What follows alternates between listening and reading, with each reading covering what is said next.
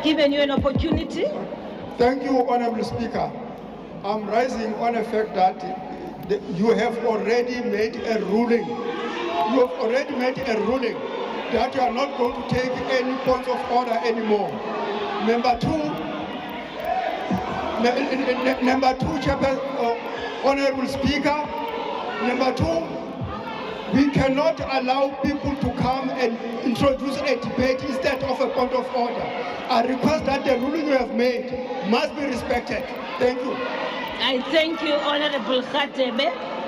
You are very correct, Honorable Member. Yes, he is. He is.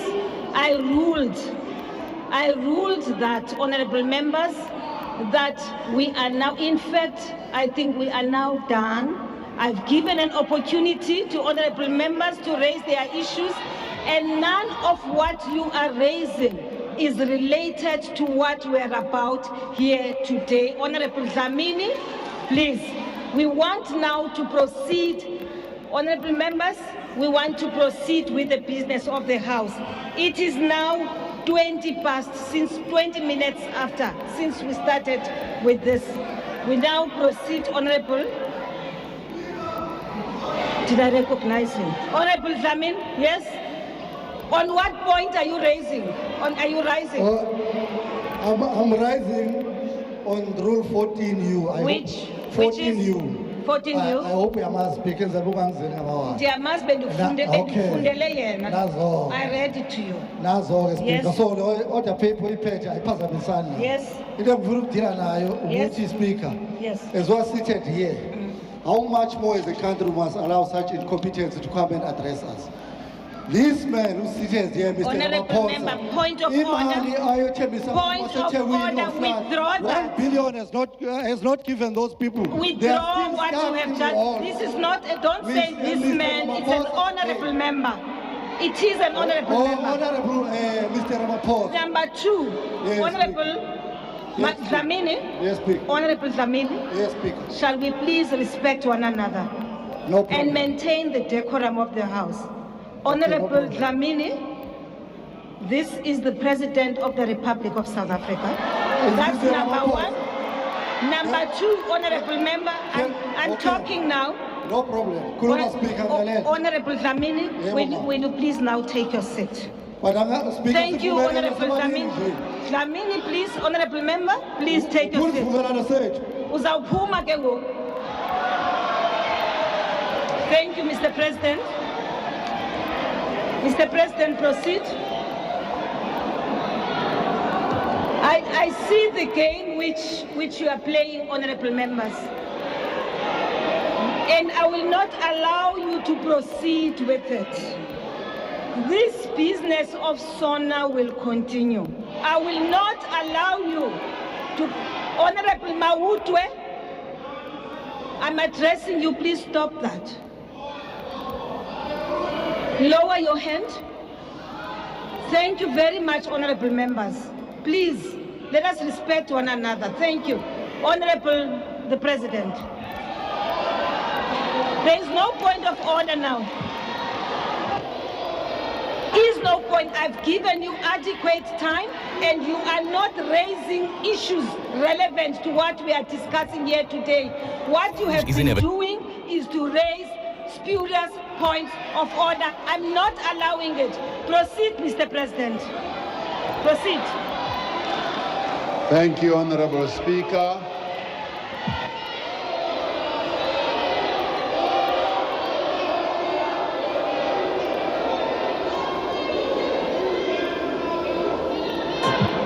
I'm not allowing any more points of order. Honorable Malema, I'm not allowing you. Honorable Shivambu, I am not allowing you. Honorable Mawutwe, I am not allowing you. Honorable Njozi, I am not allowing you to speak. Honorable Mkalipi, I will not allow you to speak. Honorable Tambo, I will not allow you to speak.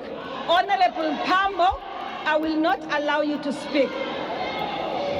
We now proceed with the debate of the House.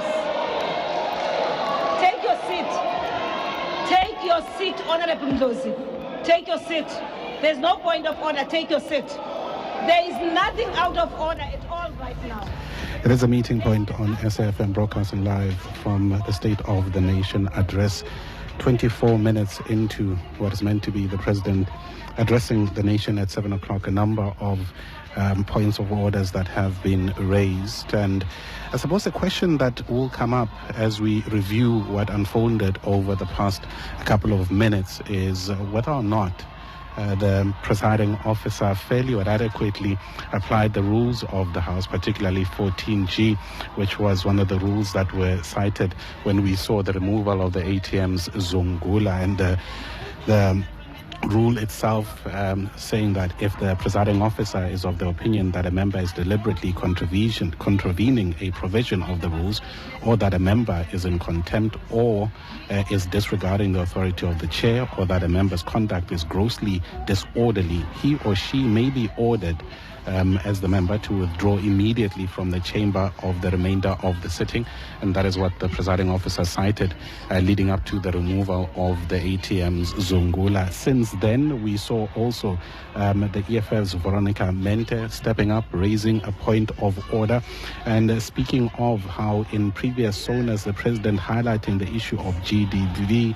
And I remember it was Mente who was about to repeat the allegations of a helper on the Palafala farm being abused. She was stopped short by the speaker refusing to accept the point of order as being relevant. Plenty other members of parliament stepping up, raising points of order, and as it is now, the Speaker of the National Assembly reiterating her unwillingness to allow any further points of order, going as far as pointing out a number of EFF MPs by name who had their hands up wanting to raise further points of order. A few minutes into the State of the Nation address, which is yet to begin, what we are witnessing is what was expected, what was promised on the part of the EFF, and we continue to watch and wait for the moment where the President will eventually address the nation. It is a meeting point on SAFM. We return to Parliament. Believing that the points of order you are raising, which are a privilege, by the way, you are unable to say exactly what it is that you want raised. And therefore, we have now closed the part that deals with points of order. I thank you, honorable members. Proceed, Mr. President, and I am sorry for keeping you standing.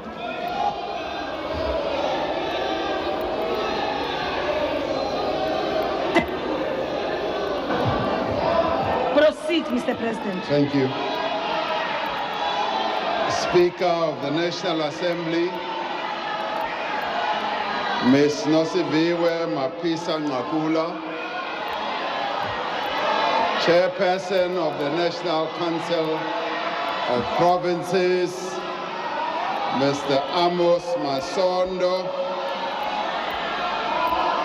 Deputy President of the Republic of South Africa, Honorable members, Mr. David Mabuza. I'm sorry, Mr. President. Take your seat, Mr. President. Honorable members, seeing that you are determined to ensure that we do not proceed with this sitting, once more I request you, those of you who do not want to be part of these proceedings today should actually leave the House.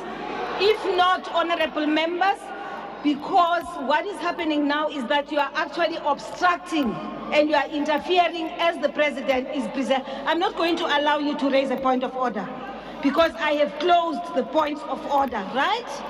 Now, honorable members, I request you for the last time now, please, honorable members, will you please, all those of you who continue to say point of order, and I can point all of you.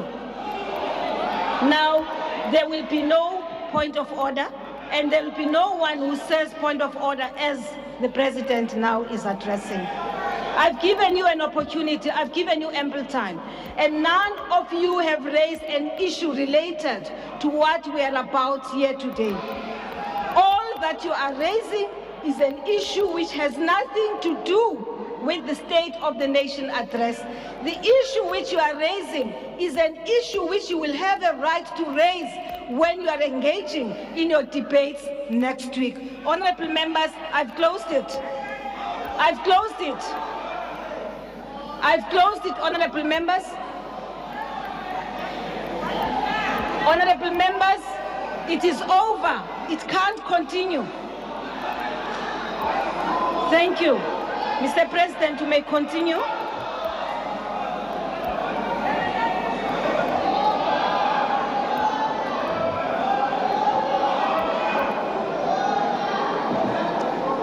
Thank you, Honorable Speaker.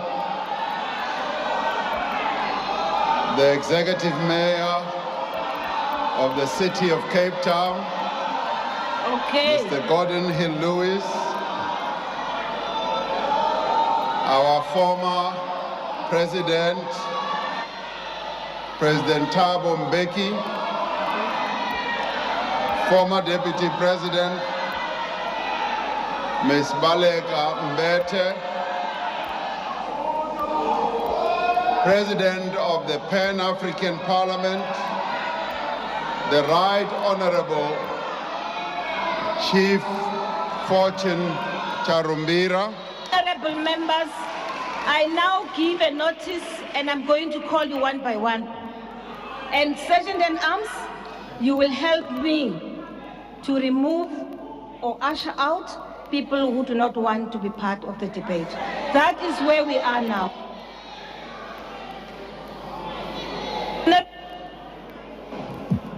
Honorable Shivambo, Honorable Malema, Honorable Mente, Honorable Mautwe, Honorable Dlamini, Honorable Ndlozi. I don't need to be assisted to chair, please. Let me deal with my mess right now. It's mine. Leave me to deal with it. Honorables, the ones I've just called now, you can leave the house. Now. Sergeant at Arms, leave the house.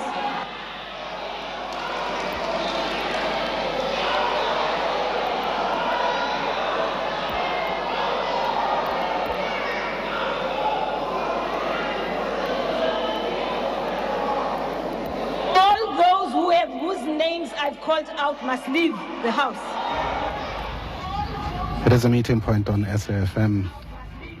What has just happened a few minutes ago, or at least a few seconds ago, and continuing, the Speaker of the National Assembly, Menosivio Mapisa Ngakula, pointing out specific members of the Economic Freedom Fighters, requesting that they leave the House, specifically Member Malema, Member Shivambo, Member Mente, Member Mautwa, Member Dlamini, and Member Ndlozi.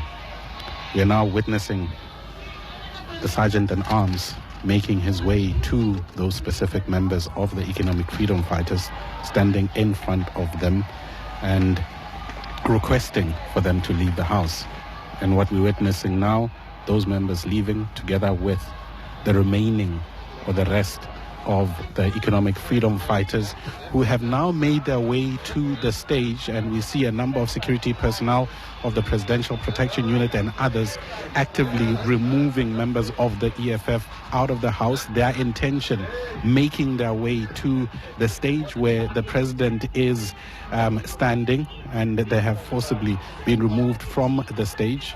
And we see a number of members of the EFF who remain still in the House, with others through the door outside of the hall itself, seeing a number of members of the EFF holding up signs. The screen a little bit too far from me to notice exactly what is being said on the signs themselves. But as it stands, very displeased Speaker of the National Assembly and a number of security personnel of the President, and I would also assume what they call the bouncers in Parliament, if you will, those who are in charge of security, taking their positions on stage, shielding the President of the Republic, together with what seems like members of the SAPS's special unit, and I can see members of the EFF in the background who are being led out of the hall itself. I do not see, at least from what I'm witnessing right now, I can no longer see EFF leader Julius Malema. Okay, there he is. Quite a few of them. At the moment, they are standing at the door between the hallway and the City Hall itself.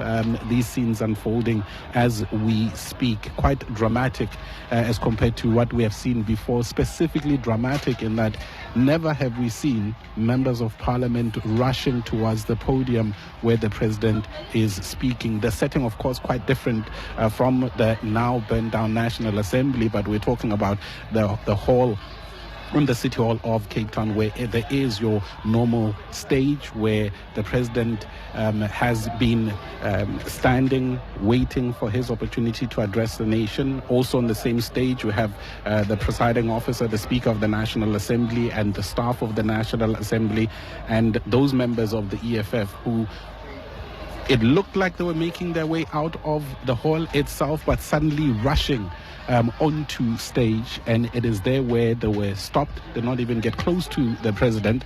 They were stopped and immediately pushed outside. And as we sit, or at the moment at least, still seeing that scuffle between members of the Economic Freedom Fighters slowly making their way out of the hall itself, and those who are in charge of the president's security and the security of parliament remaining on stage, shielding the president. And through the door of the City Hall itself, I see members of the public order policing with shields as well on standby.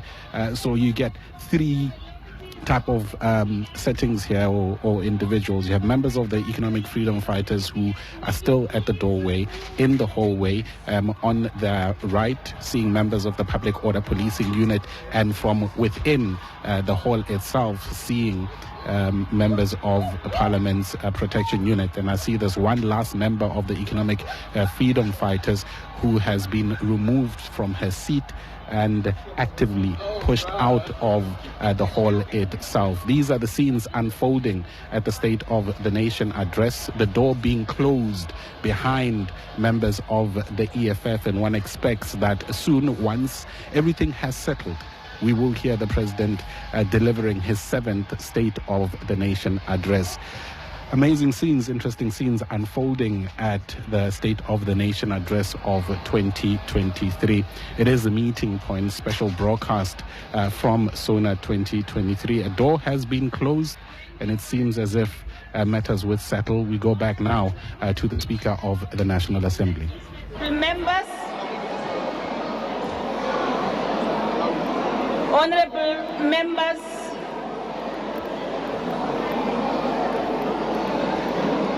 I've noted your hand, honorable member. May you please allow me to address the House first.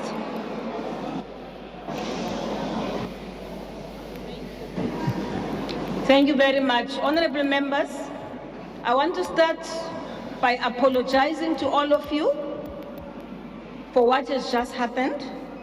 I also want to apologize to the South African nation, which is watching the proceedings. I do want to thank the speed with which the PPS and the security of police came in and dealt with the issues. The issue is now we will proceed with the business of the House, honorable members. It was not our intention to continue in the manner in which we have done. But honorable members, we've had to suspend the House because there was disorder.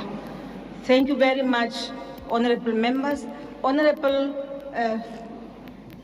member of leader of the opposition party. Madam Speaker, Madam Speaker, I don't intend to delay the proceedings any more than they have already, but it is an important point of parliamentary privilege.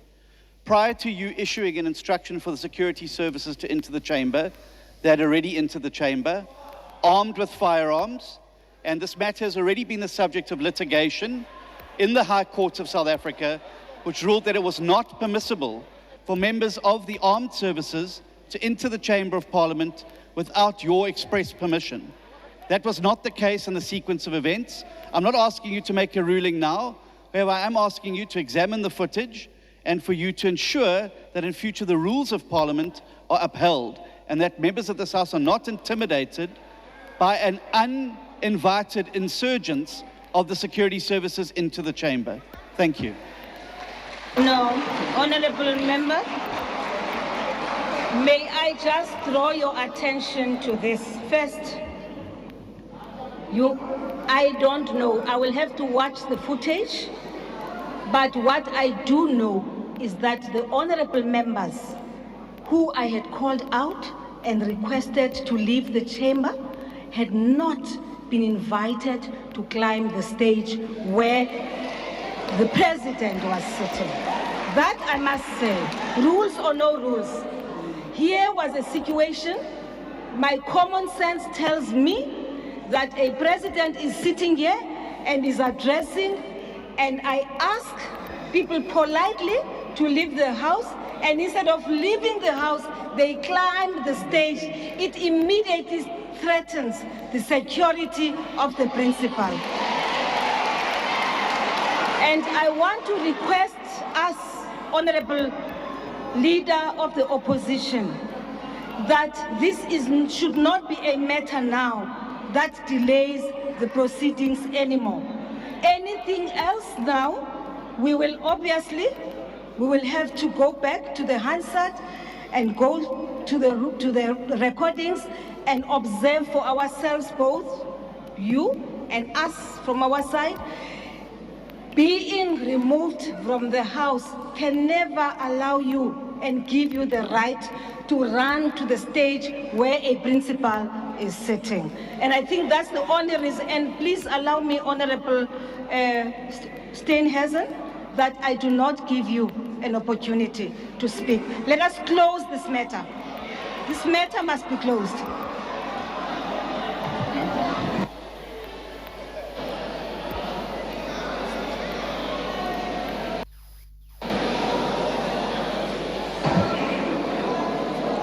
You see, honorable member, there's a rule here which says, in the event of violence or a reasonable prospect of violence or serious disruption of the sitting as a result of a member's resistance to be removed, right? Now, the presiding officer may suspend the proceedings.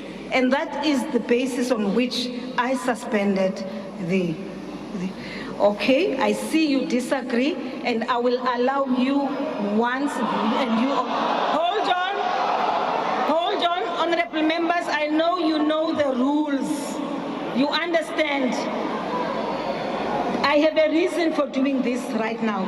Honorable Steenhuisen. I apologize, Mr. President, for delaying you further than you've been delayed already. But this is an important point, and it's important for our Parliament. Madam Speaker, at that stage that the security services rushed in, there was at that stage no threat to life or limb. Furthermore, they could only enter the chamber upon your invitation. That was not the case. They entered the chamber prior to you saying, I invite the security services in to stabilize the situation.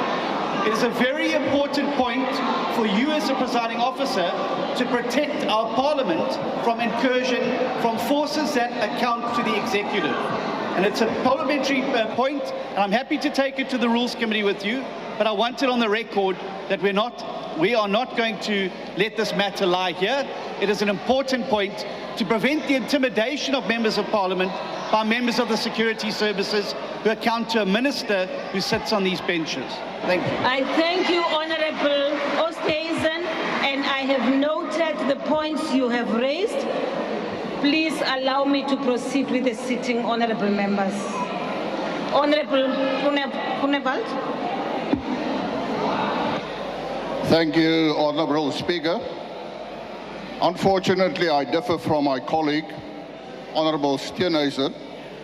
Maybe he doesn't understand the work and the job of the Presidential Guard. The EFF made a mistake to get onto this stage and make a threat to the President. I want to congratulate the Presidential Guard for what they did. I thank you, Honorable Singh. Thank you, Honorable Speaker. Honorable Speaker, I think you have made a ruling on this matter. The matter was raised by the Honorable Leader of the official opposition. You did say that you will investigate this matter, look at Hansard and everything else, and I think we should leave it at that and proceed. South Africans are waiting to hear what solutions the President is going to offer to many crises that they are facing at this moment in time. And we should have the courtesy to allow the President to proceed so that we can respond next week. Thank you, Honourable Speaker. I thank you, Honorable Singh. Thank you very much, honorable members of the opposition. Thanks to all of you. You've made your point, and we now have come to an end with regards to the points of order. I've allowed people to express themselves. We are now proceeding with the business of the State of the Nation address. Proceed, Mr. President.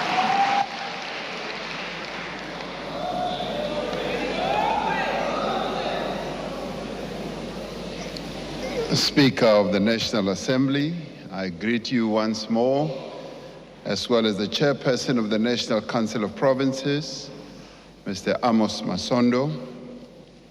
I also extend my greetings to Deputy President of the Republic, David Dabede Mabuza, the Executive Mayor of the City of Cape Town, Mr. Gordon Hill Lewis, former President Thabo Mbeki, former Deputy President Baleka Mbete, President of the Pan-African Parliament, the Right Honorable Chief Fortune Charumbira,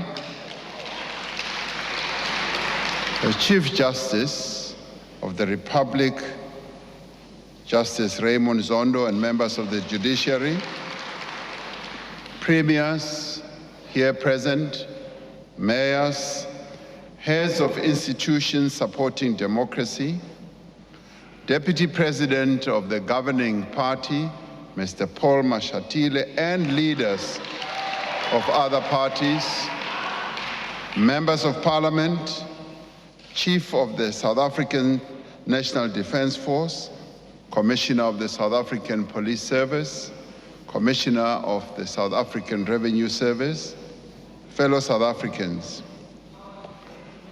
It is indeed a great honor for me, despite what happened earlier, to stand before you this evening to present the State of the Nation. The moment of the State of the Nation endears us to ask ourselves a number of questions, but the one I want to focus on today is what defines us as a nation? We are not a nation defined by the oceans and the rivers that form the boundaries of our land. We are not defined by the minerals under our earth or the spectacular landscape above it. We are not even defined by the languages and the cultures that we have as a people, or by the songs that we sing, or even by the work that we do. We are, at our most essential, a nation defined by hope and resilience. It was hope that sustained us during the struggle for freedom, and it is hope that swells our sails as we steer our country out of turbulent waters to calmer seas. Even in these trying times, it is hope that should sustain us and fuel our determination to overcome even the greatest of difficulties. And difficulties we have by the ton. Just 3 years ago, our country was devastated by the worst global pandemic in living memory. Thousands of lives were lost. Companies that employ many of our people closed, and jobs were lost. COVID-19 did not browbeat us into submission or disillusionment. Working together, we overcame that crisis, and we have started to recover. And it is important for us to pause for a moment and look back whence we have come. That we have recovered, much as a number of families, more than 100,000 or so, have lost their loved ones. But it is during this period, as we look back, and as we look at what has been unfolding, that we need to say there are certain things that are happening in our country that we need to take note of. Today, our economy is larger than it was before the pandemic. Between the third quarters of 2021 and 2022, around 1.5 million new jobs were created in our economy. That's something to note. The presidential employment stimulus has provided work and livelihood opportunities to more than 1 million people who did not work. Last year, our matriculants, and something that we need to be proud of, defied the effects of the pandemic to achieve a pass rate of 80%, and we ought to congratulate them for that achievement. And we see this spirit of resilience and determination and achievement in our artists, in our musicians, actors, authors, sportsmen and women who are making waves here at home and on the continent and beyond our shores. Banyana Banyana made us proud when they won the Women's African Cup of Nations to become the African champions. Zakes Bantwini, Nomncebo Zikode, and Wouter Kellerman just recently made our country proud at the Grammy Awards for their collaboration in the song Bayete. What we have achieved as a nation over the past year, despite our challenges, should remind us that the promise of South Africa is alive. The progress we have seen should give us courage as we look and as we must look to a better future. And yet, I address you this evening, fellow South Africans, in your homes across the country, and many people are suffering. Many of our people are worried. Many are uncertain, and many are without hope. But of this I am certain, whatever the difficulties of the moment, whatever the crises that we face, we will rise to meet them together, and together we will overcome the difficulties. This we will be able to do if we work together, and more importantly, if we leave no one behind. We gather here at a time of crisis. Our country has, for many months, endured a debilitating electricity shortage that has caused immense damage to our economy and to the livelihoods of our people. And for 2 years before that, our society, as I said, was devastated by COVID-19 that caused great loss of life and much hardship. The pandemic worsened the situation of deep unemployment as we lost more than 2 million jobs. The pandemic negatively affected livelihoods and increased poverty. In July, in 2021, we experienced the worst public violence and destruction in the history of our democracy, costing over 300 lives.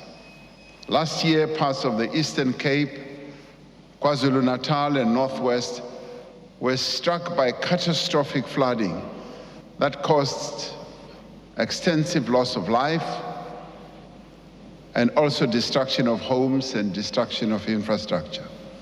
And now persistent load shedding is impeding our recovery from the effects of all these events.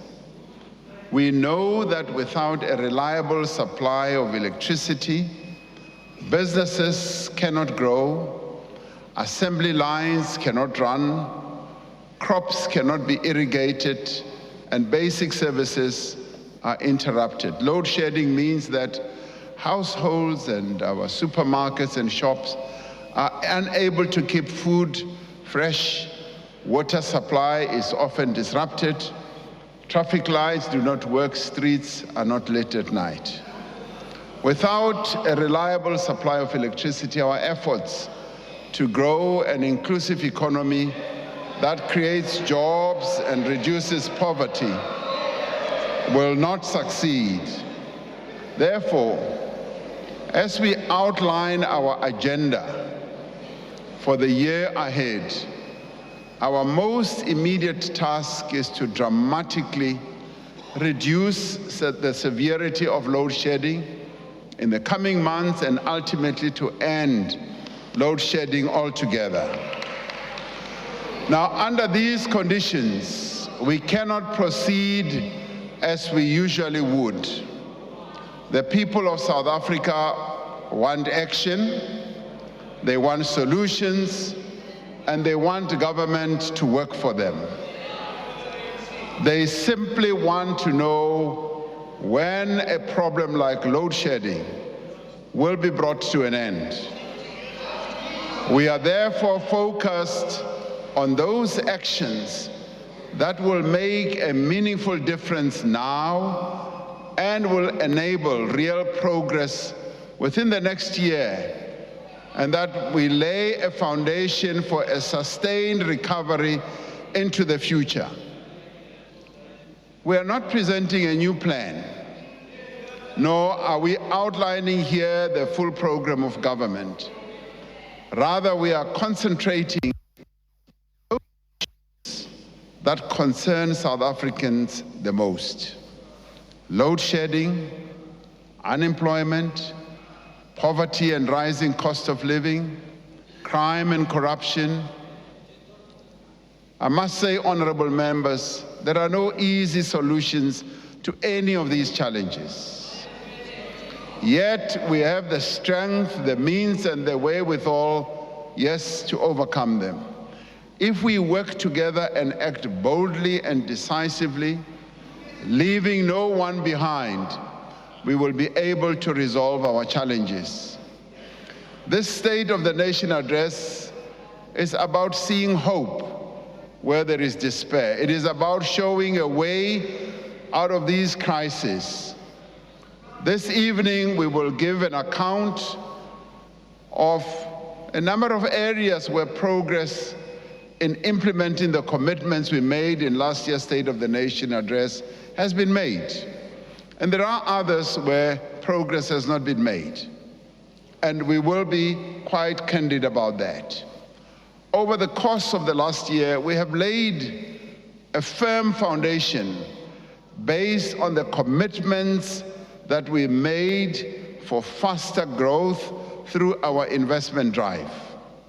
The economic reforms that we have embarked upon, public employment programs, and an expanding infrastructure program. What is clear from our experience of the last few years, indeed from our history as a democracy, is that we are not a people easily resigned to our fate. When we faced the greatest challenge of apartheid, we did not submit to the oppression that the apartheid regime imposed on our people. We stood firm and engaged in a struggle, hopeful that our cause would triumph, and it did. Against all odds, we were able to succeed. We can and we will change the circumstances in which we find ourselves today. We are both able and determined to overcome the difficulties that we face and place our economy on a firm path of recovery.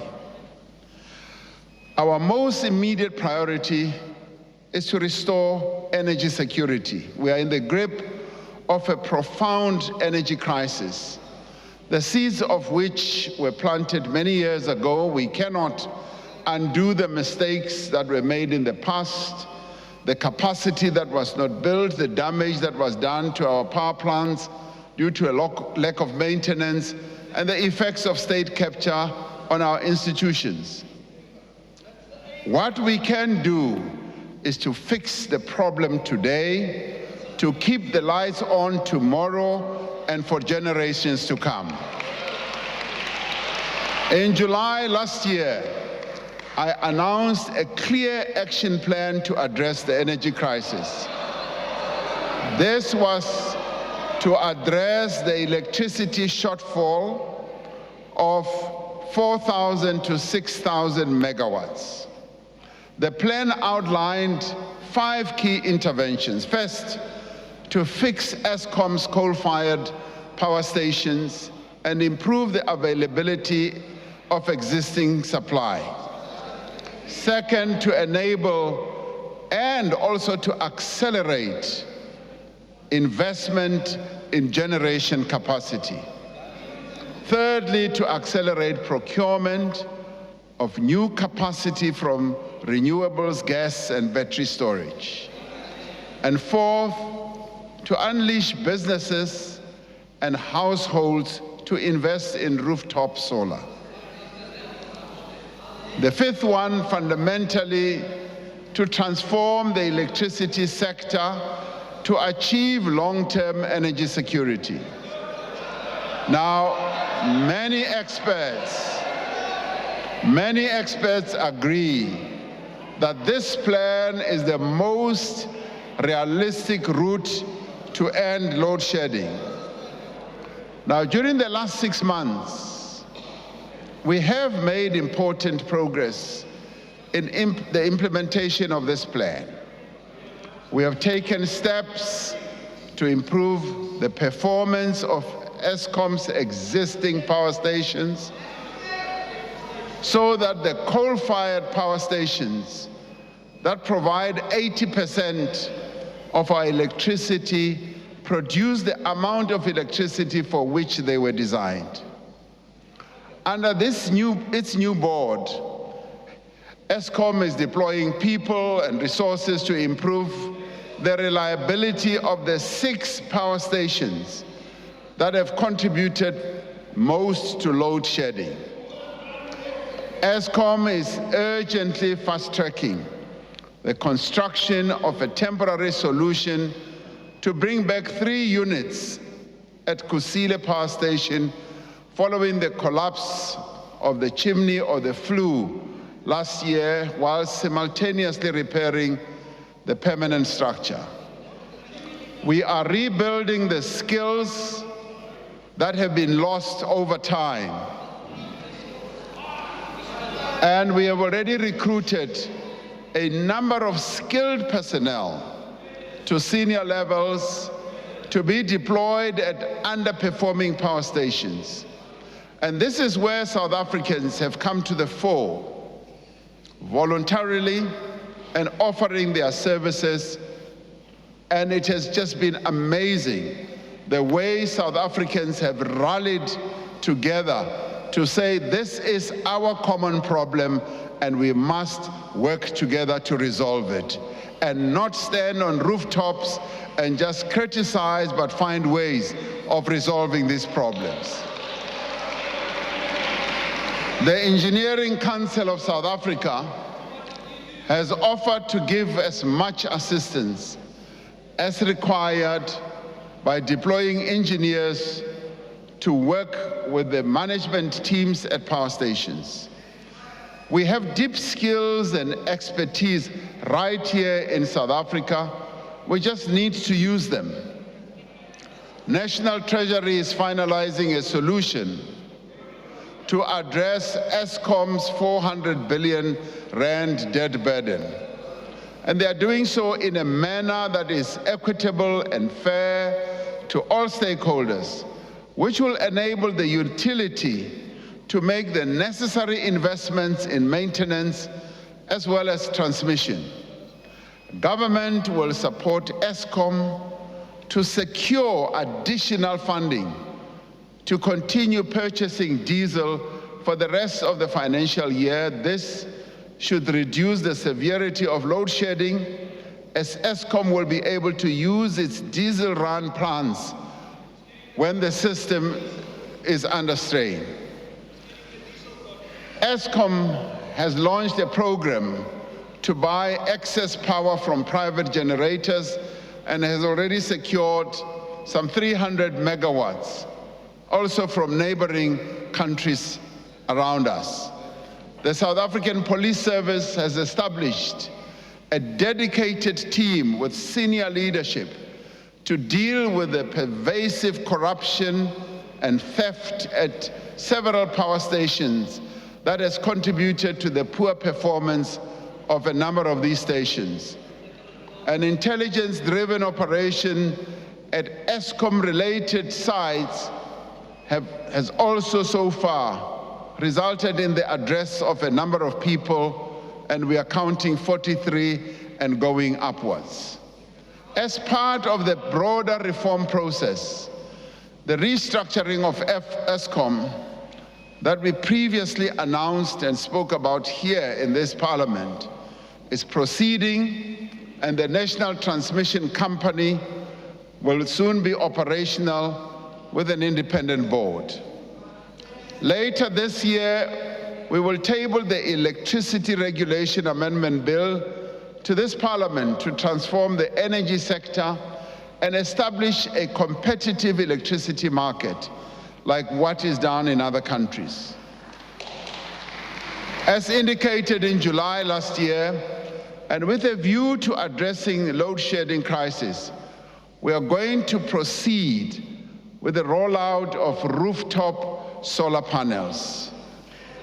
In his budget speech, the Minister of Finance will outline how households will be assisted and how businesses will be able to benefit from a tax incentive.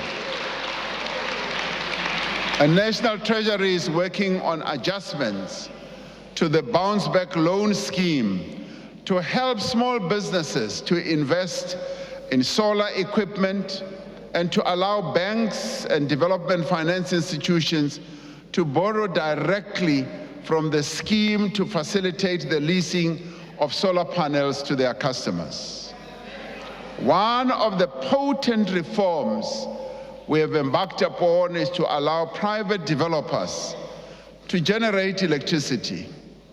There are now more than 100 projects which are expected to provide over 9,000 megawatts of new capacity over time. A number of companies that have participated in the Renewable Energy Program will soon enter construction and will deliver a total of 2,800 megawatts of new capacity. And Eskom will procure emergency power that can be deployed within 6 months to close the immediate gap. We are investing in new transmission lines and substations, especially in areas such as the Eastern Cape, Northern Cape, and Western Cape.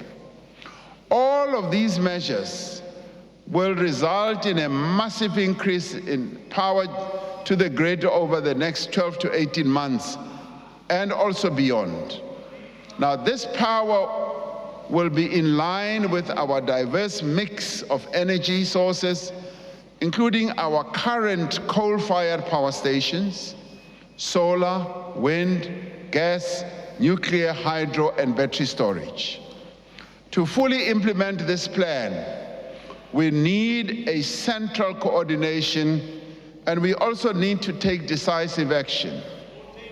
Some of the processes have been held up by regulations, have been held up by various processes that are embedded in the architecture that we have regarding energy. In a time of crisis, we need a single point of command and a single line of march. Just as we address the cause of the crisis, we also need to address its impact. Now, the crisis has progressively evolved to affect every part of society. We must act to lessen the impact of the crisis on farmers, on small businesses, on our water infrastructure, on our transport network, and a number of other areas and facilities that support our people's lives. Now, in considering all these matters and the crisis that we are in, the National Disaster Management Center has consequently classified the energy crisis and its impact as a disaster. We are therefore declaring a national state of disaster to respond to the electricity crisis and its effect. The Minister of Cooperative Governance and Traditional Affairs has just gazetted the declaration of the state of disaster, which will begin with immediate effect. Now, what will the state of disaster enable us to do? It will enable us to provide practical measures that we need to take to support businesses, a number of businesses, for instance, in food production, storage, retail supply chains, including for the rollout of generators and solar panels and uninterrupted power supply. Where technically possible, it will also enable us to exempt critical infrastructure such as hospitals and water treatment plants from load shedding. And it will enable us to accelerate energy projects and limit regulatory requirements while maintaining rigorous environmental protection as well as procurement principles and technical standards. Now, the Auditor General will be brought in to ensure continuous monitoring of expenditure in order to guard against any abuses of funds needed to attend to this disaster. Now, to deal more effectively and urgently with the challenges that confront us, I will appoint a Minister of Electricity in the Presidency to assume full responsibility for overseeing all aspects of the electricity crisis response. You better listen, including the work of the National Energy Crisis Committee. Now, the minister will focus full-time on the work with the ESCOM board and the management on ending load shedding and ensuring that the Energy Action Plan is implemented without delay. Now, so as to remove any confusion, the Minister of Public Enterprises will remain the shareholder representative of ESCOM and steer the restructuring of ESCOM and ensure the establishment of the transmission company, oversee the implementation of the Just Energy program, and oversee the establishment of the SOE holding company.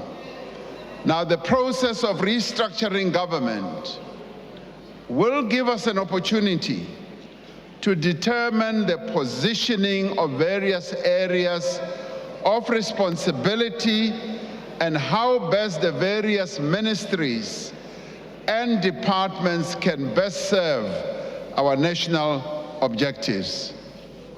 Now we are focusing our attention on the energy crisis right now, and we will address the restructuring of government in due course. This is necessary because an effective response to this crisis involves several different departments as well as entities that require coordination from the center of government. We will be including other social partners in an effective structure similar to the one that we set up to drive the vaccine rollout. Extraordinary circumstances do call for extraordinary measures. Now, we have cooperated extremely well with a number of role players. The energy crisis is an existential threat to our economy and to the social fabric of our country. We must therefore spare no effort, and we must allow no delay in implementing the measures that are going to enable us to address the crisis.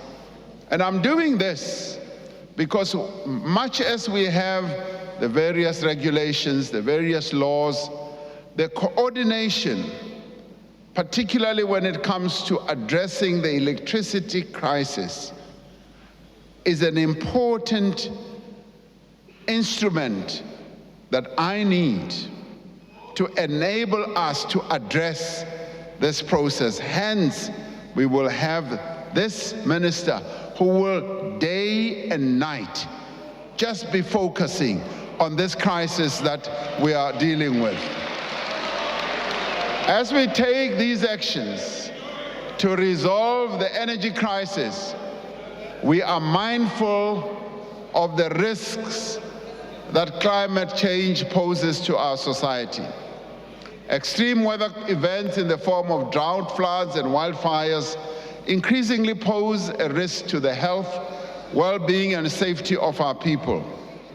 We will continue our just transition to a low-carbon economy at a pace our country is able to keep up with, and at a pace we can afford, and in a manner that ensures energy security. We will undertake our just transition in a way that opens up the possibility of new investments, new industrialization, and that, above all, creates new jobs. The Presidential Climate Commission is guiding much of this work, and in doing so, building a new model for inclusive and collective decision-making, incorporating the individuals, workers, and communities that are most affected in the transition. Much as I'm the chairman of this commission, I'm ably assisted by Mr. Vali Musa, who used to be a minister in our government. Through the Just Energy Transition Investment Plan, 1.5 trillion rand will be invested in our economy over the next 5 years in new frontiers, new sectors of our economy such as renewable energy, green hydrogen, electric vehicles, fuel cells, and you name them. These new sectors are emerging in our economy and are emerging quite fast in the green energy and the electric vehicles. Many other countries are already moving towards manufacturing electric vehicles, and we cannot be left behind as South Africans. And as we move on, we will be able, yes, to address all these new technologies and industries, because this new period ushers in a number of opportunities. It ushers in a number of opportunities to create jobs. A number of projects are already underway, including the development of the new facility by Sasol at Boegoebaai in the Northern Cape, the Priska Power Reserve in the Free State, and the Hydrogen Valley Initiative in Limpopo and KwaZulu-Natal. The Northern Cape has already attracted well over 100 billion rand in investments in renewable energy projects. Now, these projects, no doubt, are going to create a lot of jobs. There's a lot of new investments that are happening in the Northern Cape. It has ushered in a great deal of hope amongst the people of the Northern Cape. These and other massive investments in renewable energy will create jobs and stimulate local economies, not only in the Northern Cape, but also in the Eastern Cape, the Western Cape, in Mpumalanga, turning even the most arid desert into a giant of energy source. Above all, our just transition will prioritize workers and communities in vulnerable industries to ensure that no one is left behind. Our economy needs to grow much faster if we are to meaningfully reduce unemployment.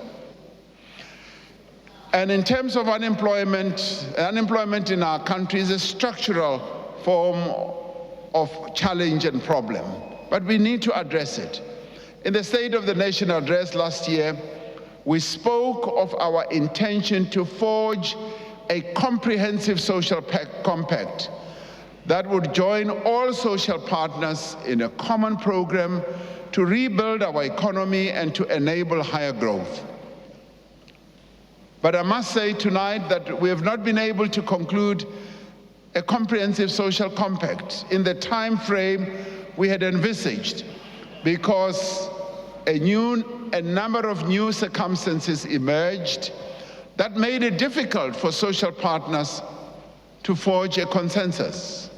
But the good thing is, the social partners have expressed their intention, and I've been talking to them up till just yesterday.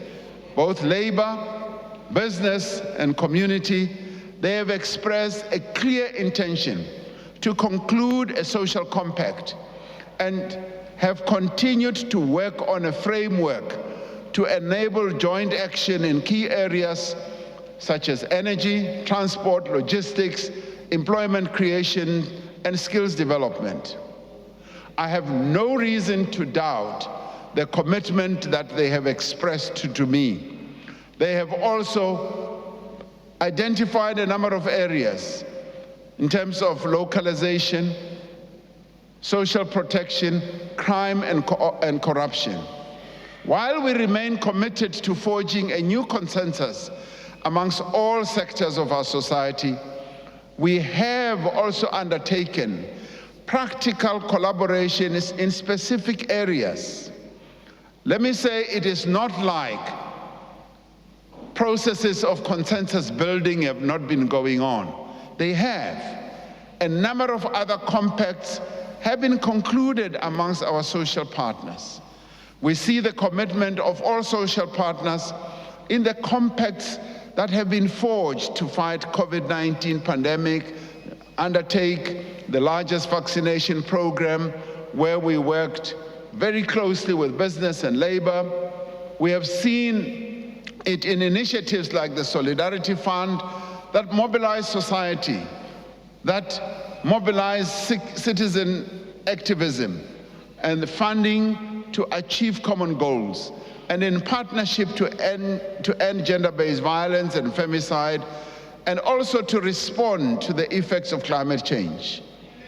We have seen the benefits of this approach to promote investment and to develop master plans in sectors of the economy such as automotives, clothing and textiles.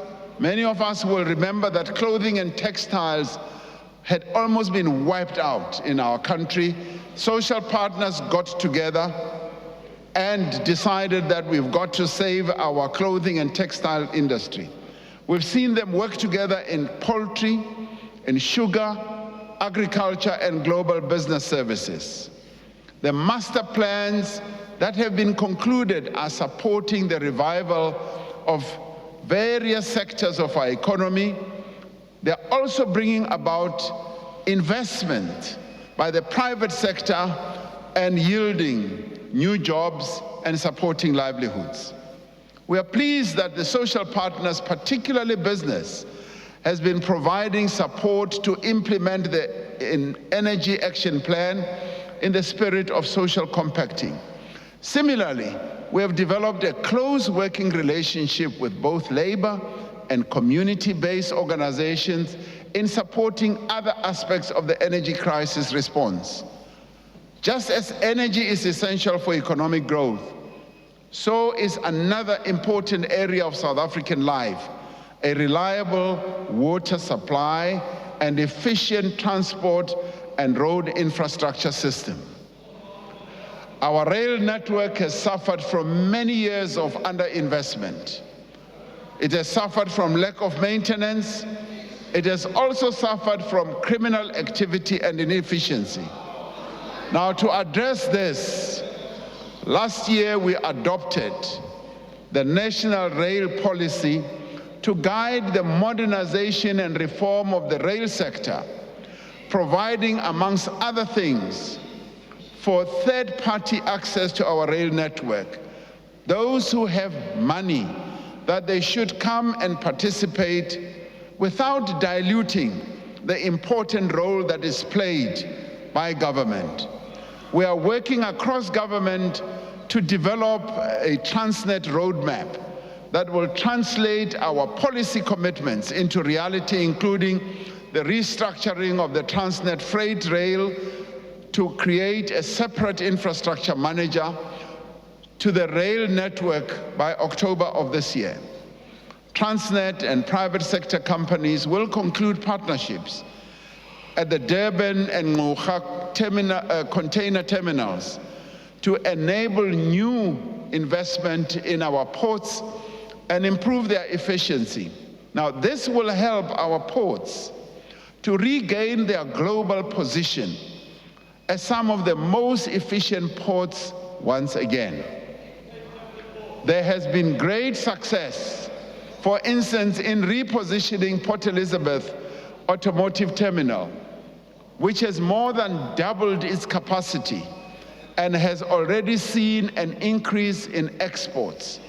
Many more vehicles destined for overseas markets are rolling off the Port Elizabeth Automotive Terminal. Transnet is also rehabilitating its idle locomotives and expanding its fleet.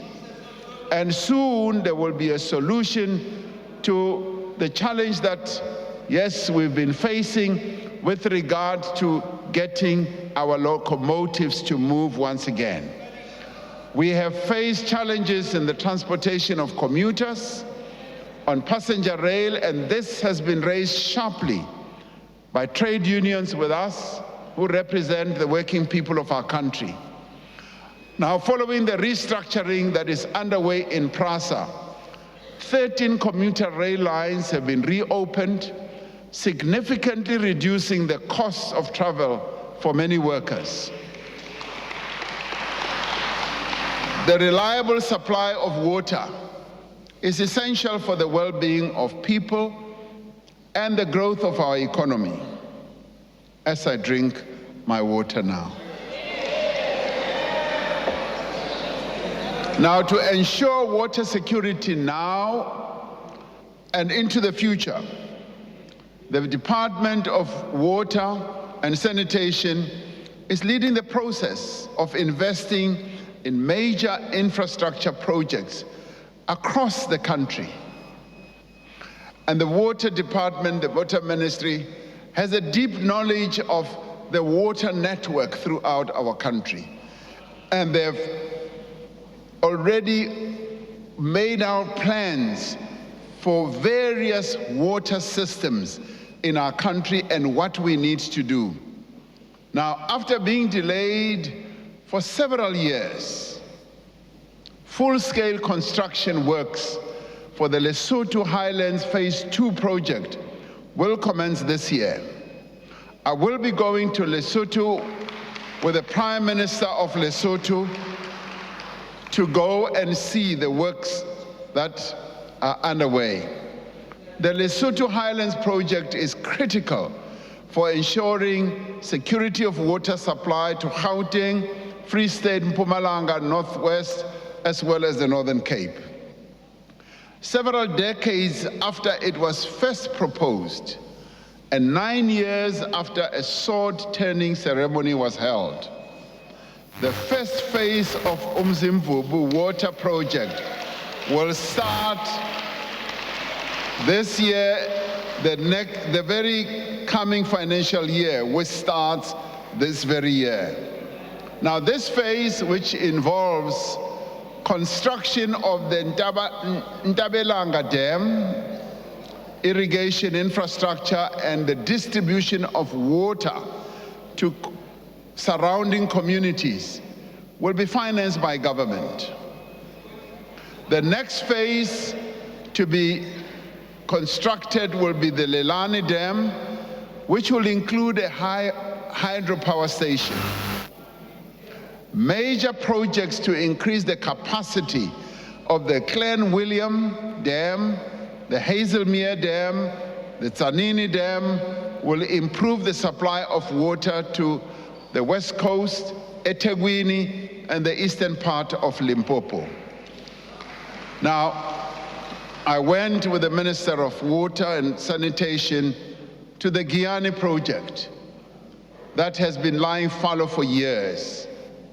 And we were able to see the first flow of water, and I have insisted that that project must be completed and the people around the Giyani villages must get their water. Last year, we announced a comprehensive turnaround plan to streamline the process for water use license applications, which is vital to enable greater investment. Since then, we have cleared the backlog of water use licenses and reduced the turnaround time for applications to 90 days. Now, we did identify this as one of the reform processes that we spoke about here. And that has now been reduced. Number of people used to wait up to 3 years just to get a water license. It's now been reduced to 90 days. Our infrastructure build program is gaining pace through the work of the Infrastructure Fund and Infrastructure South Africa, which has been established to support strategic infrastructure projects. One of the greatest obstacles to infrastructure investment is the lack of technical skills, project management capacity. And we have found this weakness across all of government.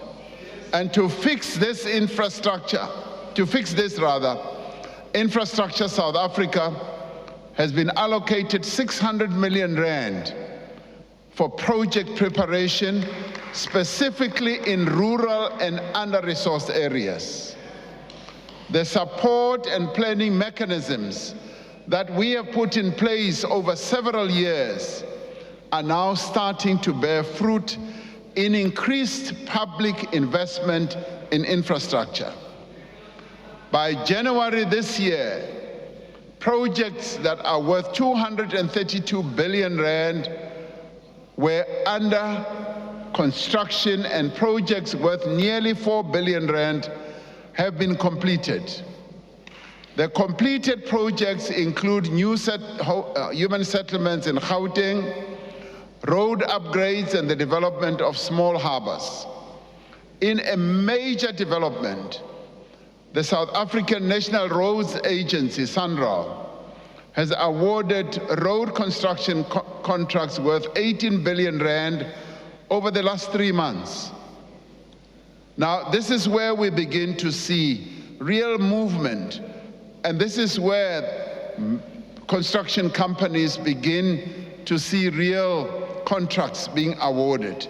The construction of Msikaba Bridge and Mtentu Bridge will be finished and make travel in the Eastern Cape much better.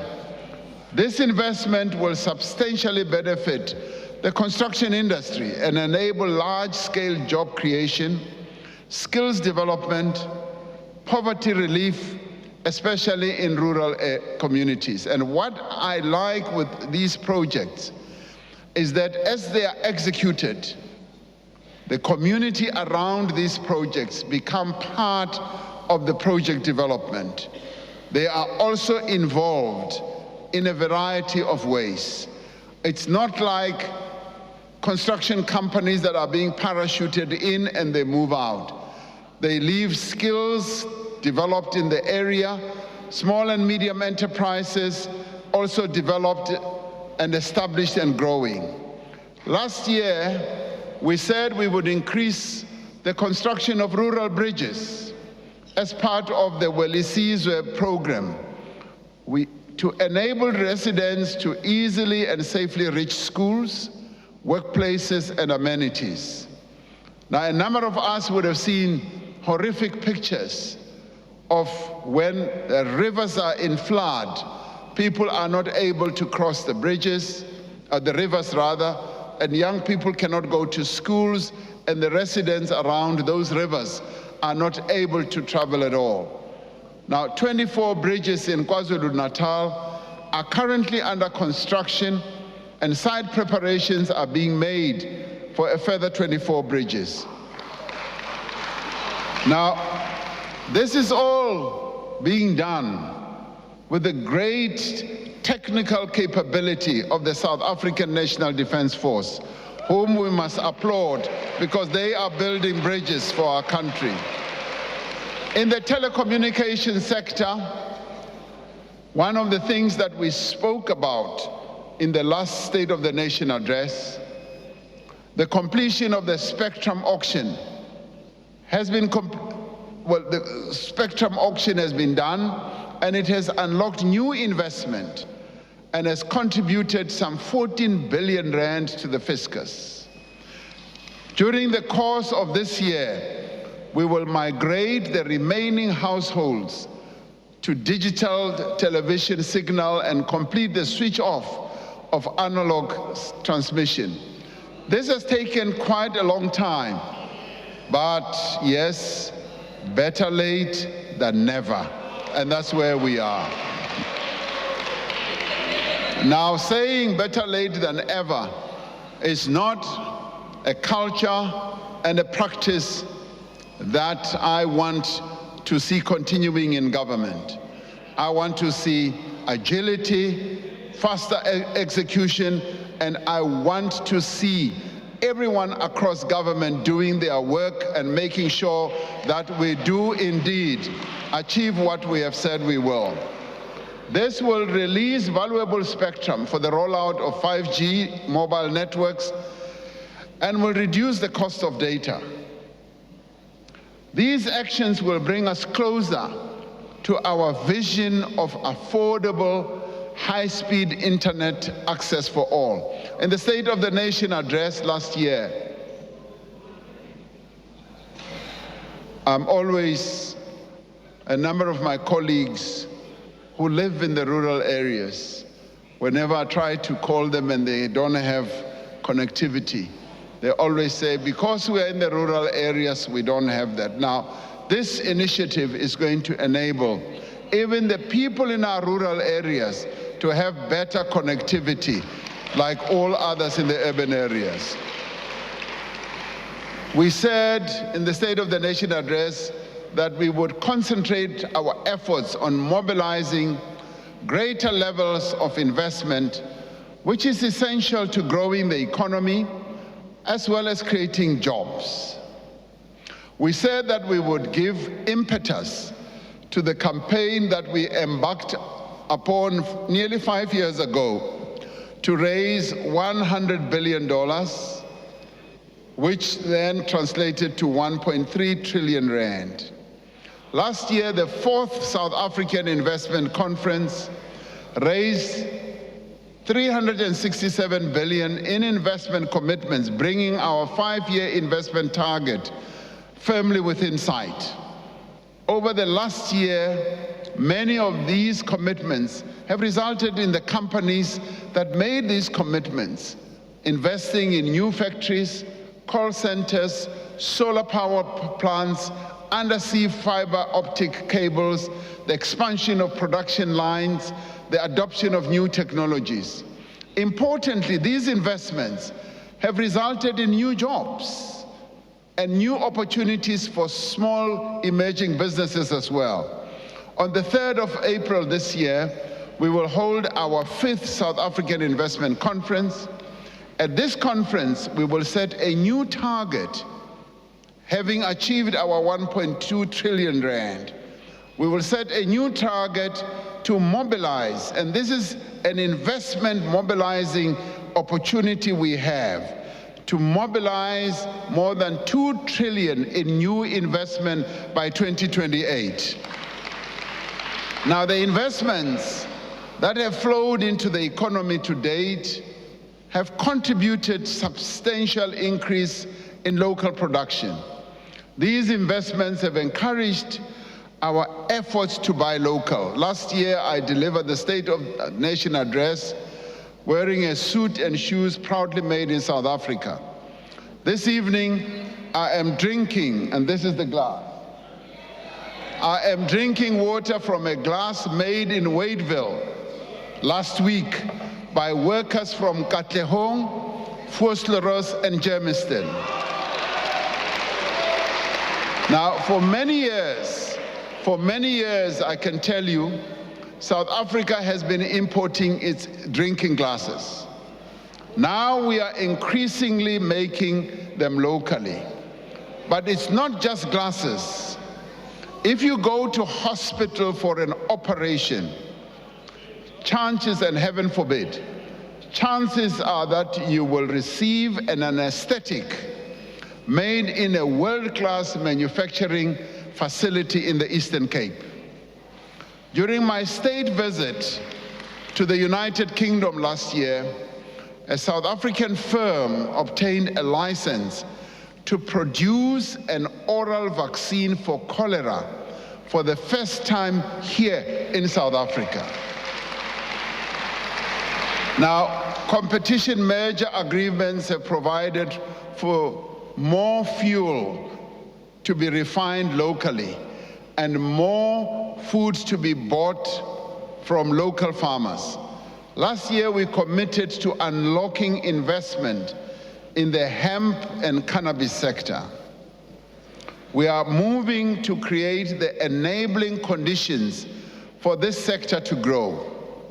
Now, this is an organic sector that our mothers and fathers, grandparents have been involved in many parts of the country. The Department of Agriculture, Land Reform and Rural Development, and the Department of Health will address existing conditions for the cultivation of hemp and cannabis to allow outdoor cultivation and collection of harvests from traditional farmers. Now, this will unlock enormous economic energy in the rural areas of our country, especially in the Eastern Cape, in KwaZulu-Natal, and in Mpumalanga, where they've been growing this stuff over many, many years. And this stuff that has supported many children to go to school and university. And you know what stuff I'm talking about. Now, urgent work is being finalized by government to create an enabling environment framework for a whole plant, all legitimate purposes so that we can have complementarity with regard to medicines, food, cosmetics, industrial products, and aligned to international conventions and best practices.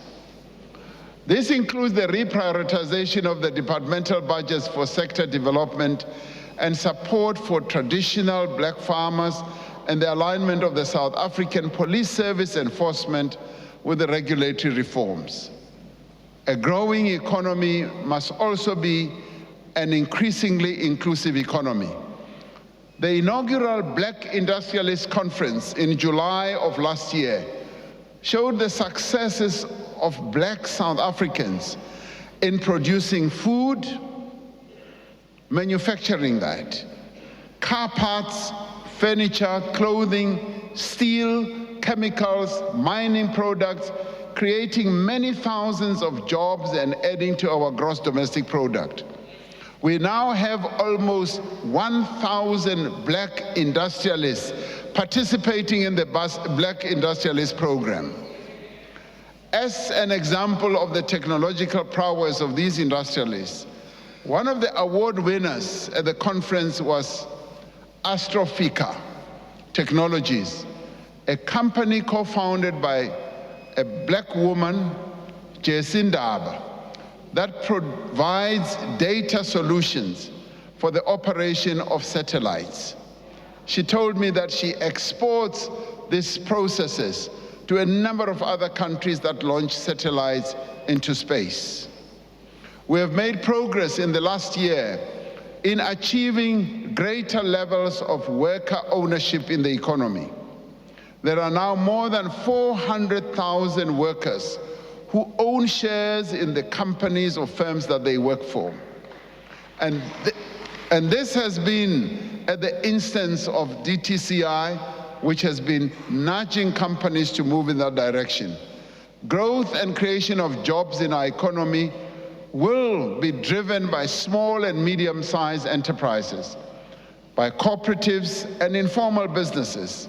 In other countries, most of the jobs, almost 60%, are created by this level or this category of companies. Last year, we launched the Bounce Back Loan Scheme administered by banks and other financial institutions and guaranteed by the government for companies that need finance to recover from the effects of the pandemic. The Department of Small Business Development will work with National Treasury on how the scheme can be strengthened to assist small and medium enterprises and businesses in the informal sector. To address the challenge of youth unemployment, the Employment Tax Initiative has been expanded to encourage businesses to hire more young people in large numbers. Now, this is a scheme that is underwritten by government. Last year, I announced that we would be seeking to reduce red tape so that we can rid our country of the unnecessary bureaucracy that often holds us back. The red tape reduction team in the presidency under Mr. Sipho Nkosi has been working with various departments to make it easier to do business. It has taken a collaborative approach, working with departments and agencies in areas such as mining rights, systems, tourism, transport operator licenses, visas, work permits, early childhood development, and the informal sector. This year, we will finalize amendments to the Businesses Act to reduce regulatory impediments for SMMEs and cooperatives and make it easier for entrepreneurs to start businesses. Through the Small Enterprise Finance Agency, SEFA, we plan to provide 1.4 billion in financing for over 90,000 entrepreneurs.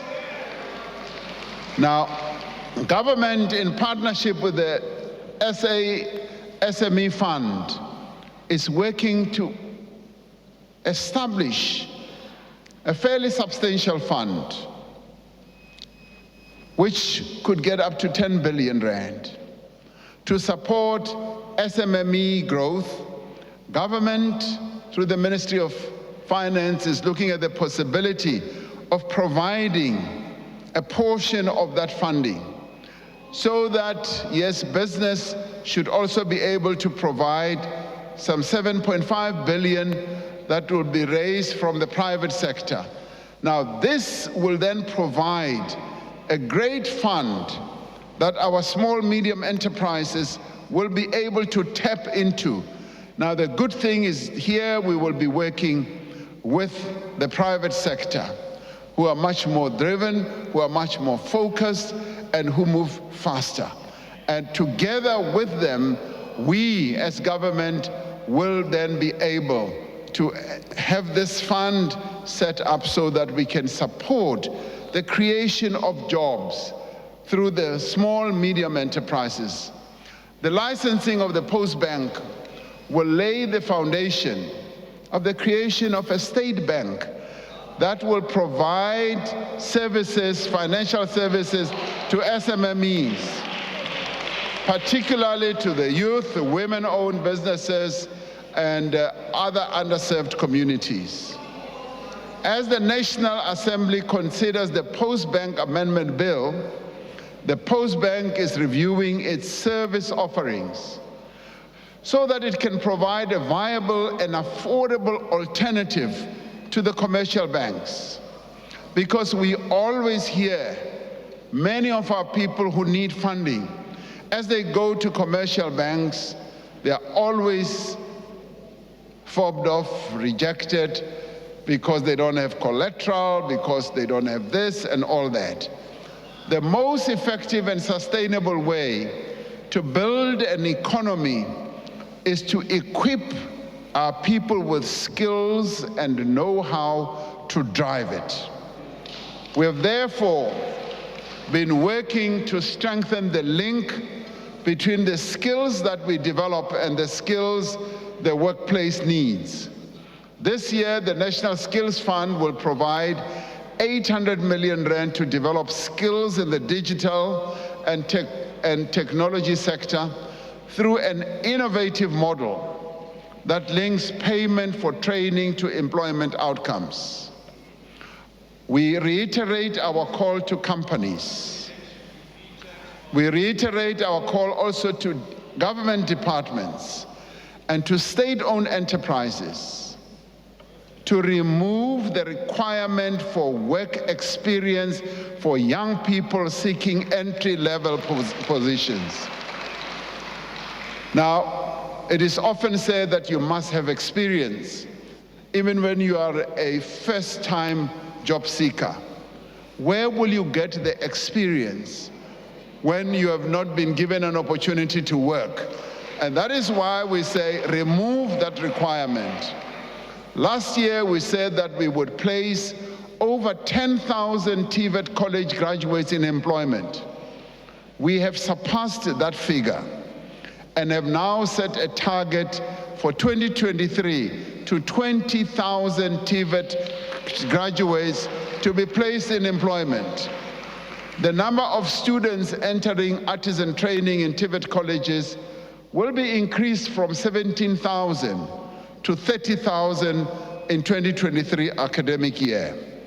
One of the key ingredients for economic growth and competitiveness is the ability to attract skills which the economy needs.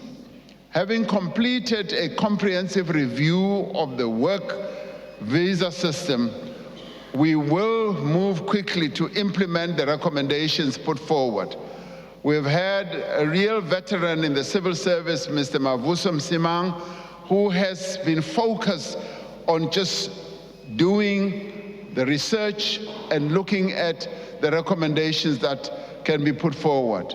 Now, these include establishing a more flexible points-based system to attract skilled immigration, implementing a trusted employer scheme to make the visa process easier for large investors and streamlining the application requirements. We will also be introducing a remote worker visa and a special dispensation for high-growth startups.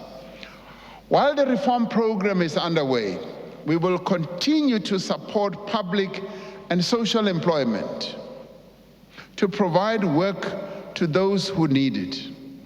Last year, we spoke about the value of the presidential employment stimulus in providing work and livelihood opportunities. The initiative has now created over 1 million opportunities, reaching every province and district in our country. Last week, a new cohort of 150,000 school assistants started work at more than 22,000 schools, offering dignity, hope, and vital work experience to young people who were unemployed. The Social Employment Fund is recruiting 50,000 participants in its next phase to undertake work for the common good, and the revitalized National Youth Service will also create a further 36,000 opportunities through non-profit and community-based organizations. Now, the Department of Home Affairs has appointed the first cohort of 10,000 unemployed young people to digitize more than 340 million paper-based civic records. Now, this is an important task which emanates also from our past, apartheid past. These young people are going to be going through all this, and 10,000 of them, for a start, and more to come, have now been employed. There are now more than 3 million users registered on the SA Youth Mobi platform, which is a zero-rated online platform for young South Africans to access opportunities for learning and earning. This has been done in close collaboration with the National Youth Development Agency, an agency which continues to provide valuable assistance to young entrepreneurs and to work seekers. I really applaud the NYDA for the focused manner in which they are helping young people. The presidential employment stimulus is also supporting people to earn their own living. Around 140,000 small-scale farmers have received input vouchers to buy seeds, fertilizer, and equipment, providing a boost for food security and agricultural reform, particularly in our rural areas. Now, this initiative, which was researched by an independent academic, has led to the cultivation of some 640,000 hectares of land. An impressive 68% of these farmers are women. This year, we aim to provide 250,000 more vouchers to small-scale farmers. Now, these are examples of the difference that government is making and can make in people's lives. Creativity and commitment. The rising cost of living, fellow South Africans, is deepening poverty and inequality. Millions of South Africans are unable to provide for themselves and their families. There is the single mother in Alex who's worried about how she will make ends meet as the cost of maize and taxi fares continues to rise. There is the factory worker in Gqeberha who now faces an uncertain future as load shedding brings the assembly line that she works in to a halt. It is the job of the state to provide a minimum level of protection below which no South African should fall.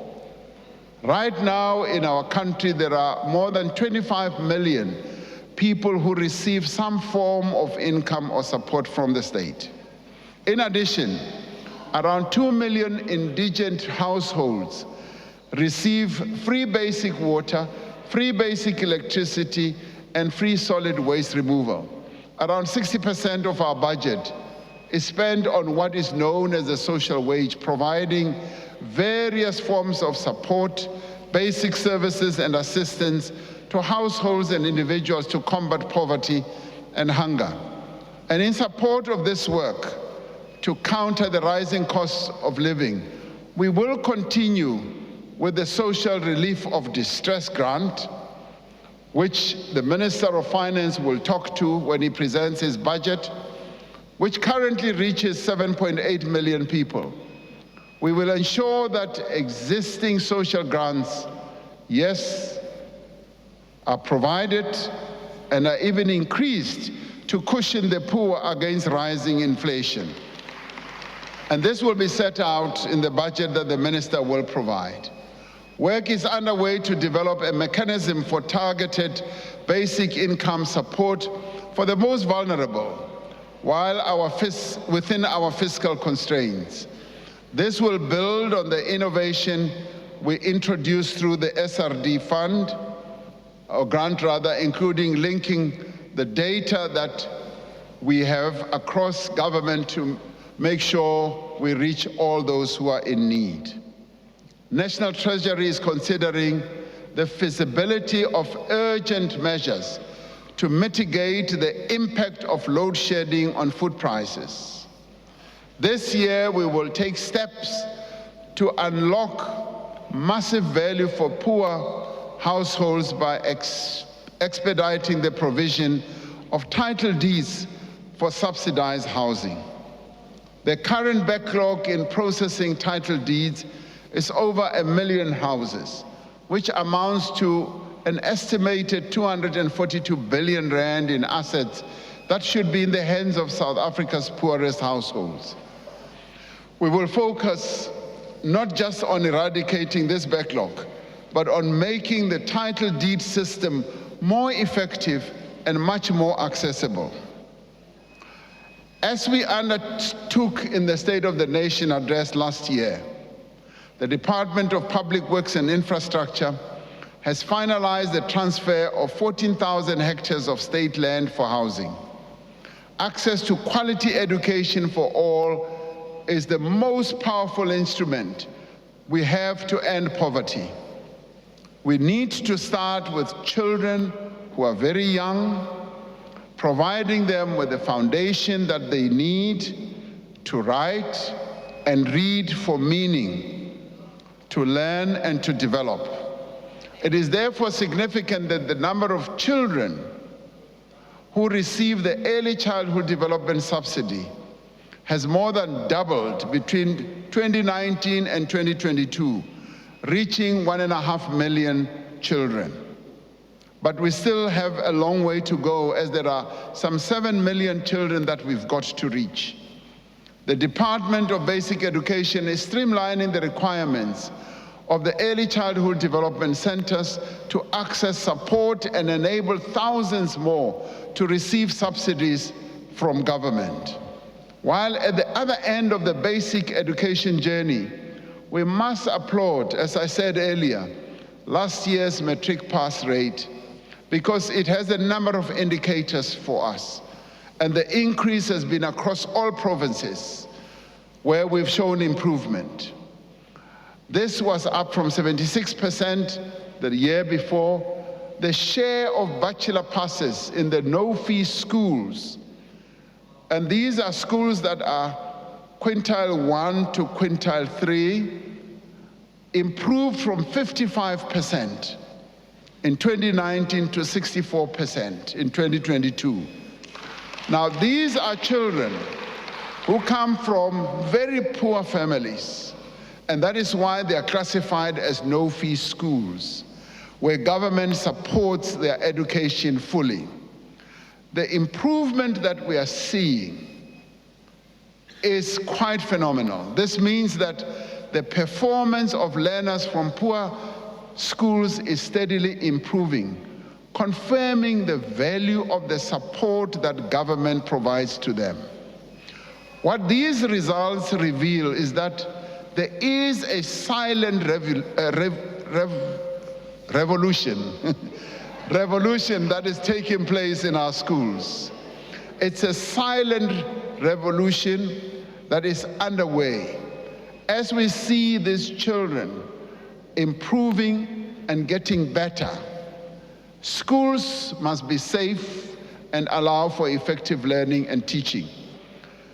The Sanitation Appropriate for Education initiative, known as SAFE, together with government's Accelerated School Infrastructure Delivery Initiative, has built 55,000 appropriate toilets with resources from the public and the private sector. To produce the skills our country needs, we are expanding the vocational education and training system through the implementation of the approved curriculum of the 3 streams model. This year, government plans to finalize the comprehensive student funding model for higher education, particularly for students who fall outside the current NSFAS criteria, reaching those who are known as the missing middle. Now, honorable members, violent crime takes a heavy toll on every South African. Communities across our country live in fear for the safety of their families. This situation cannot continue and must not continue. We are strengthening the South African Police Service to prevent crime and improving the capacity of the National Prosecuting Authority and courts to ensure that perpetrators are brought to justice. This includes putting more police on the streets and setting up specialized units that will focus on specific types of crime. Last year, we undertook to recruit 12,000 new police personnel. Since then, more than 10,000 new recruits graduated from police academies, and a further 10,000 will be recruited and trained this year. Now, the specialized police teams that are working on tackling crimes like kidnapping, extortion, illegal mining have had several breakthroughs, arresting dozens of suspects and achieving several convictions. Firm action is being taken to tackle economic sabotage and related crimes that are causing great damage to the economy. Multidisciplinary economic infrastructure task teams are now operational in 20 identified hotspots. Last year, I drew attention to the enormous damage caused by the theft of copper cable and metal from our electricity system, from our train lines and other public infrastructure. Since then, the police have been cracking down on cable theft.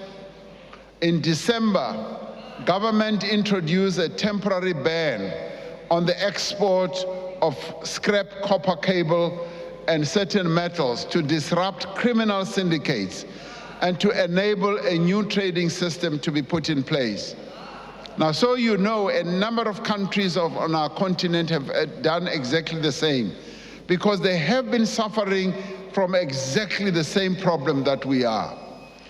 Just as we have embarked on economic reforms in electricity, water, telecommunications, and logistics through Operation Vulindlela, we are embarking on a process of reform to improve the effectiveness of our fight against crime.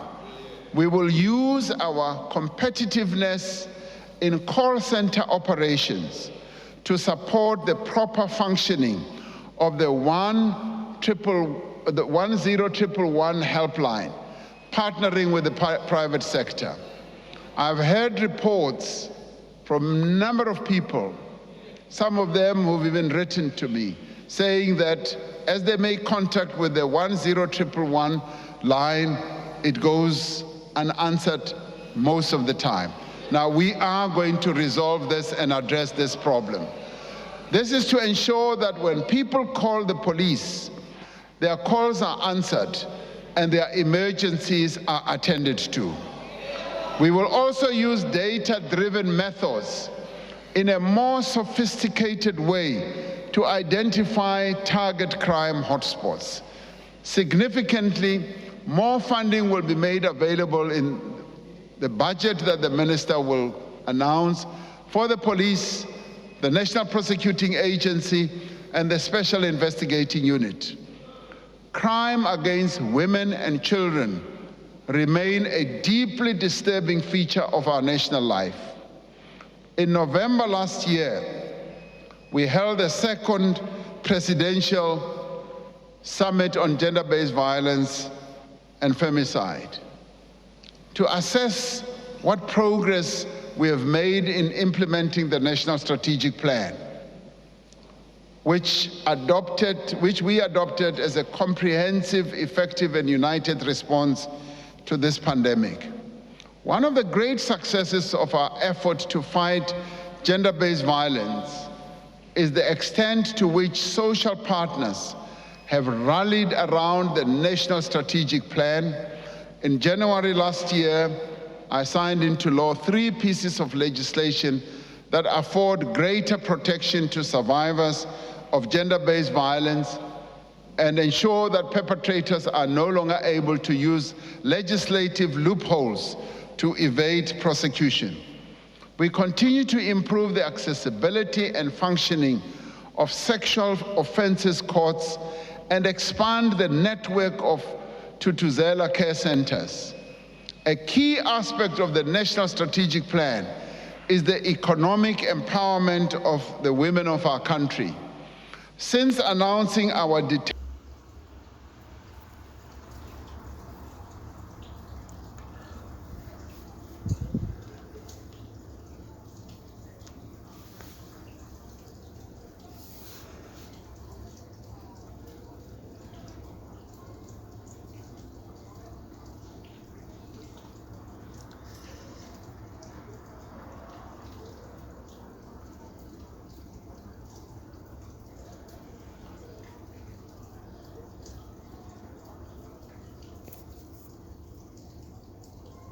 committing to industry-wide gender transformation targets.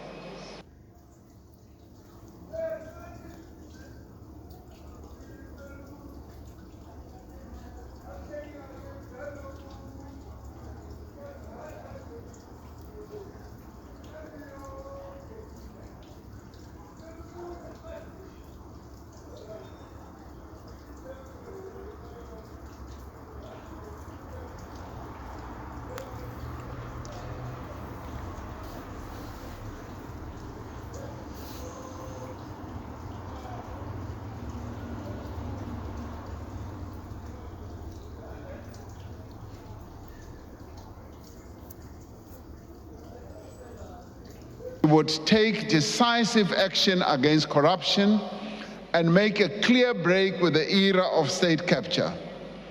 The State Capture Commission, headed by Chief Justice Raymond Zondo, completed its work and submitted the final report of its report in June last year. As a country, we owe Chief Justice Zondo, together with the Commission and its staff and all those who provided testimony, a huge debt of gratitude for the extraordinary public service that they have shown. The recommendations of the Commission are being implemented according to the plan that I submitted to Parliament in October last year, so that systematic weaknesses that were identified by the Commission are addressed and state capture never takes place ever again in South Africa. The National Anti-Corruption Advisory Council, consisting of people from across society, is in place to advise on suitable mechanisms to stem corruption, including the overhaul of the institutional architecture of combating corruption. We are working to capacitate the Witness Protection Unit and will introduce amendments to the Protected Disclosures Act to strengthen protections for whistleblowers. Work is underway to improve access to the Witness Protection Program for public servants that expose maladministration, corruption, and unethical conduct. We will finalize the draft public procurement bill to address weaknesses identified by the State Capture Commission and improve efficiency, value for money, and transparency in our procurement system. Our reinvigorated law enforcement agencies are taking firm action against companies and individuals alleged to have been involved in state capture. The NPA, the investigating directorate, which I established in 2019, has taken 187 accused persons to court in 32 state capture corruption cases. Over 7 billion rand has so far been returned to the state from state capture cases. To date, 12.9 billion rand of funds and assets have been frozen. This year, the investigating directorate will be established as a permanent entity within the NPA. Now, to achieve any progress in addressing the urgent challenges that we face, we need a capable and effective state. Our greatest weaknesses